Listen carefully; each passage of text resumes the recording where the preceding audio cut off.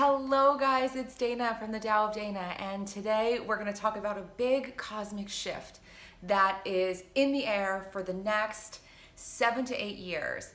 And it is one of the things that is a huge change maker. Now, I don't live by astrology, and probably you don't live by astrology either. Maybe you do, but I don't live by astrology in that I don't think that it creates limits. I believe we're unlimited, and you're unlimited, I'm unlimited, and no matter what's happening in the cosmos, there are all sorts of possibilities, and it's up to us to create those possibilities. That said, there are lots of energies and lots of shifts that I do believe and feel and see that happen, and astrology is an amazing science and a template, if you will, for change, right? So this big shift that's happening right now is all about deep awakening change, all about stability from within and finding wealth in this new, exciting way. And so, for those of you who've been looking for wealth, for those of you who've been looking for a more grounded life, for those of you who've been looking for your passion and your path, this is a really cool theme for the next 7 to 8 years that has arrived. It just started a few weeks ago, and when Uranus moved into Taurus, there awakens a lot of different things. So first, the ground, the earth, the planet, all of that has to do with our stability. So a lot of themes, a lot of things going on to do with protecting the planet, being more eco-friendly, looking at how much energy you're using, looking at even how you're spending your own energy in your life, your thoughts, your words, your actions, and how that's having an impact upon the planet. So the earth is a giant theme, lots of positive change for the earth coming, hoping is the theme. Also, money, wealth, how you make your money, how money looks. Lots of people have predicted outside of astrology that cryptocurrency is going to become the new currency. I don't think that we're going to get rid of currency in the next 8 years completely, personally, but what I think doesn't really matter. I do really believe in a lot of the technologies behind cryptocurrency, but maybe not the landscape of cryptocurrency right now fully. But you may have your own opinions on cryptocurrency, but we're definitely looking at a paradigm where we're moving toward more new forms of money and also new ways of thinking about wealth and what wealth is.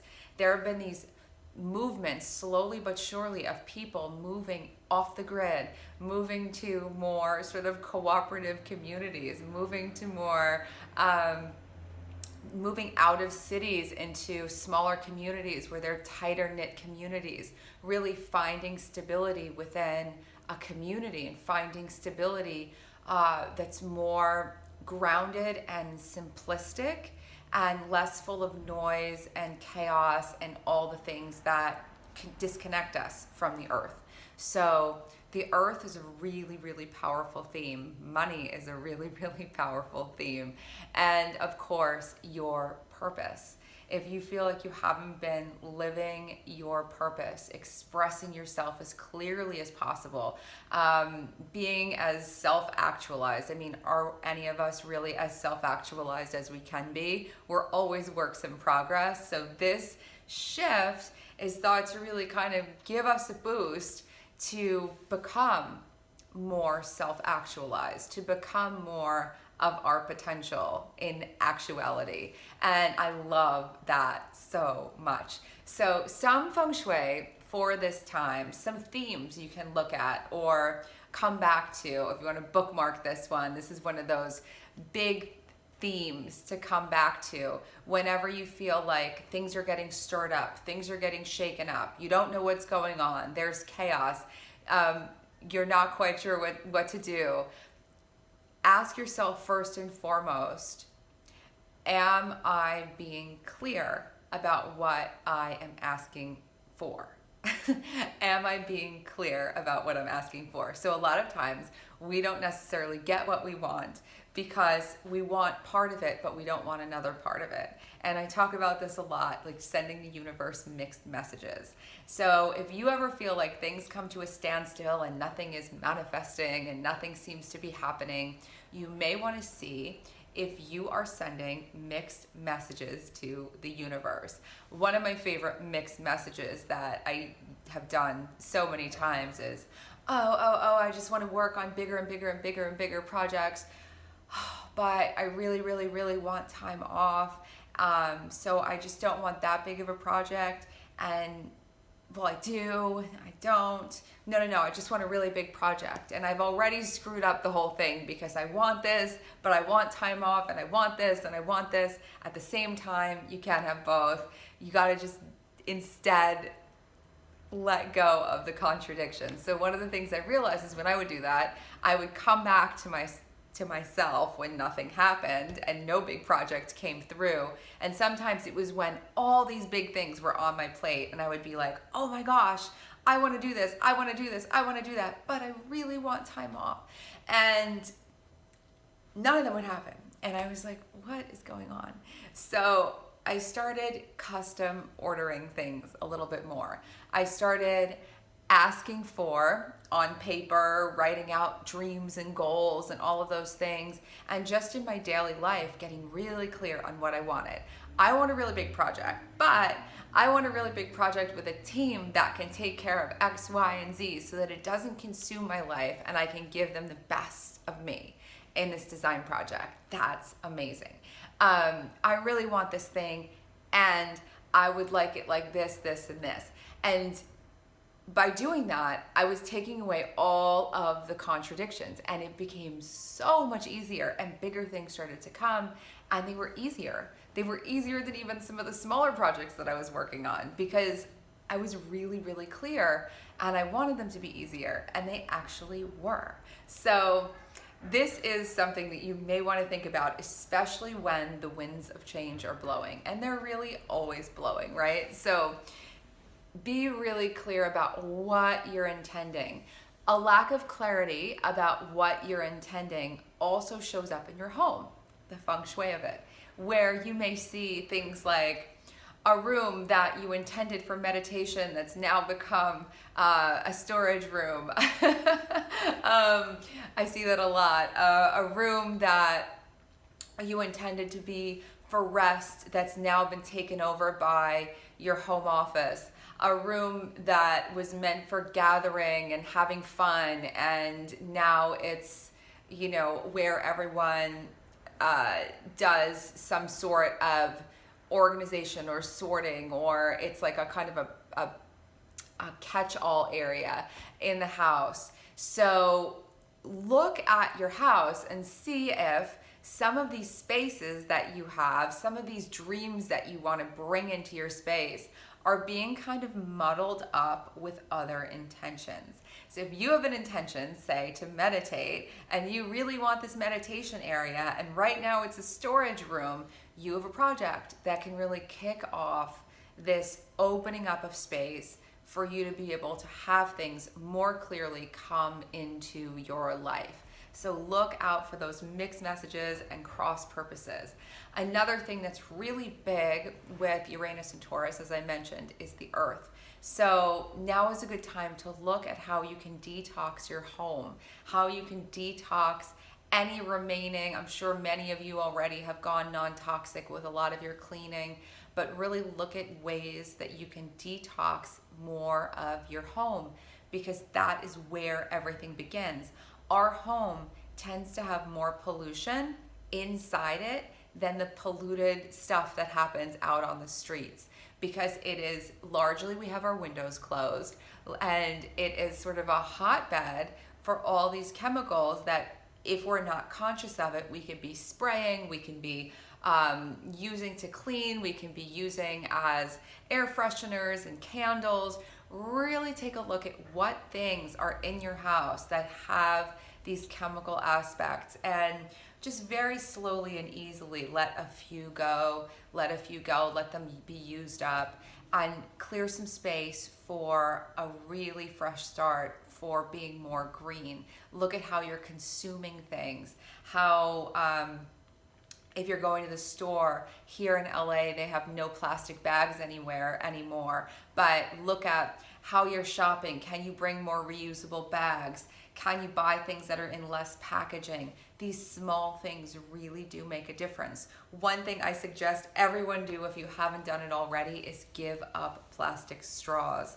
Plastic straws are one of the major pollutants of the planet, and it's totally, for most cases, it's unnecessary to use a plastic straw. So that's one big thing that you can do to kick off this cosmic season with the best causes ever being made. And then the final thing is cause and effect. And I've talked a lot about karma. I've talked a lot about on these videos, making causes and doing things so that you have the effects and being the creator of your life. And when there's a big shift that has to do with money and abundance and love and all of the riches of our lives, it calls us to be even more in the driver's seat, be more cause rather than effect.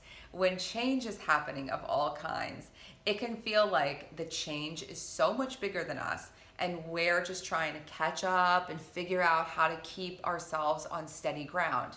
Instead, be the steady ground, and from there decide that you are going to be cause over continually finding the path, continually finding the new solution, continually finding the new way. Don't get stagnant. One thing that is very, very good to do in your home is to make sure that the air doesn't get stagnant. You want to keep it moving. You want to keep it flowing. If you can't keep windows open, or it's not a good place to keep windows open, make sure you have a fan. Do a lot of moving things around. When you dust, when you clean, really move things around so that they don't get stuck and stagnant like they haven't ever moved. You don't want your house to feel like an old museum. You want it to feel like a fresh installation of art all the time. So even these slight movements when you're dusting, lift things up and dust beneath them, and they'll kind of move, things will move around. That makes a huge, huge difference. So these small things are going to add up to a lot of positive grounding changes. Also, in terms of being at cause, you want to make sure that you keep your home clear of negative energy. That is something that we are in charge of. So if you want to keep your home lighter and brighter and more clear, explore ways to clear space energetically. Of course, you can do things like burning a sage wand, or even opening your windows. I have a whole giant ritual full of space clearing and so many more rituals. If you're watching this when I've just filmed it, there are all these rituals to get rid of negative energy and bring in the love for the love camp starting. That's right below. If you're not watching it when I filmed it, there's definitely a video series below. I love sharing these with you guys to give you a head start on learning more tools and getting into the actual doing, the being at cause over your environment and shaping it and creating it in ways that support you. So when things are changing, and they're always changing, and if things change a lot for you in this next 8 years in very, very positive ways, all change is a shakeup. All change is something that we tend to resist even when we want change. So give yourself a lot of self-love. Be really good to yourself. Don't cling on to the ways things used to be. The more we get into what it used to be like in the past, the less we're creating the day right now, the less we're here right now and finding all the magic in right now. So as stuff starts to change, you might want to think to yourself, okay, how can I clear space? How can I get more grounded? How can I detox things around me? How can I realize that I am cause, not the effect of life? How do I put myself in the driver's seat? And from there, you can make such beautiful things happen. And I'm sure you're making beautiful things happen every single day. Thank you guys so much. We'll have more on this to come. If you want to explore more of this, my favorite of the moment, YouTube astrologers are Gregory Scott. I love him. I don't know if he did a specific Uranus and Taurus video yet, but maybe he will. Barbara Goldsmith, who is amazing. Barbara Goldsmith is out of this world, and she has done a Uranus, I think many Uranus and Taurus videos that are very, very, very good. She's very cosmically brilliant. I love her. Kelly Rosano, I don't know if she's done a specific Uranus and Taurus video yet, but she is, I think, one of the most positive people I have ever listened to. And whenever I listen to anything that she does, I just feel like a whole wave of energy. And it's really always really fun and amazing. And let's see, Pam Gregory is someone also who I've really come to like a lot. And I really love her very thorough analysis of everything happening in the cosmos. And she has a Uranus and Taurus video up as well. So those are some people on YouTube to get you started. I'll put some links below, and spread the love. These people have really opened my eyes so much to all of these cosmic themes and how I saw them playing out in life. So you can explore more. There'll be more on this and more change making, of course, Feng Shui. And if you have any questions, any comments, or anything else that you need, please leave it below. I will talk to you guys soon. And again, there's a link below if you want to sign up for some more videos to get into these rituals of clearing space and really some pretty profound Feng Shui, which is what this next 8 years is all about. Big, profound, grounding, planet-loving Feng Shui. Have an amazing week, everyone. I will talk to you soon. Bye.